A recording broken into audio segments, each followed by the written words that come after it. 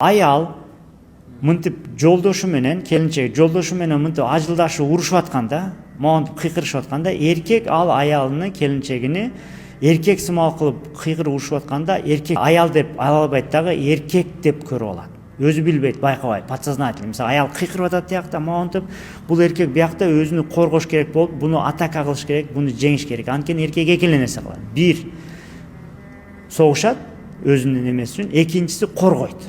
Же коргогондо согушат.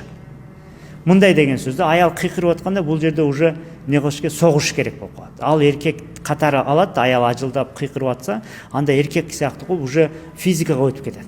Кыйкырып.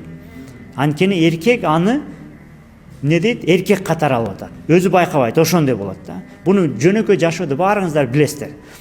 Мындай болгон окуба. Биринчи аял киши урушат, кыйкырышып атканда, эркек уже аябай физикага өтүп эме болуп атканда, аял киши эмне кылат? Ыйлап калат. Отурат да ыйлап мындай калганда, жанакы согушуп аткан эркек сразу экинчиге которулат дагы эмне коргоо алат. Анан эмне кылат? Уруш токтоп калат дагы, анан кечирим сурайт, кечирип коюп эмне кылат? Аялын коргоп атат.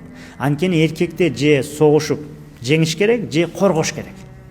Ошондой болгондо байкадыңыздарбы, аялдар ыйлаганда эле, макул кечип коем деп, сразу эркек токтойт. Анткени эркектин психикасында баягындай урушуп, баягы эме зулумдук кылган же күчсүздөргө эме кыла албайт.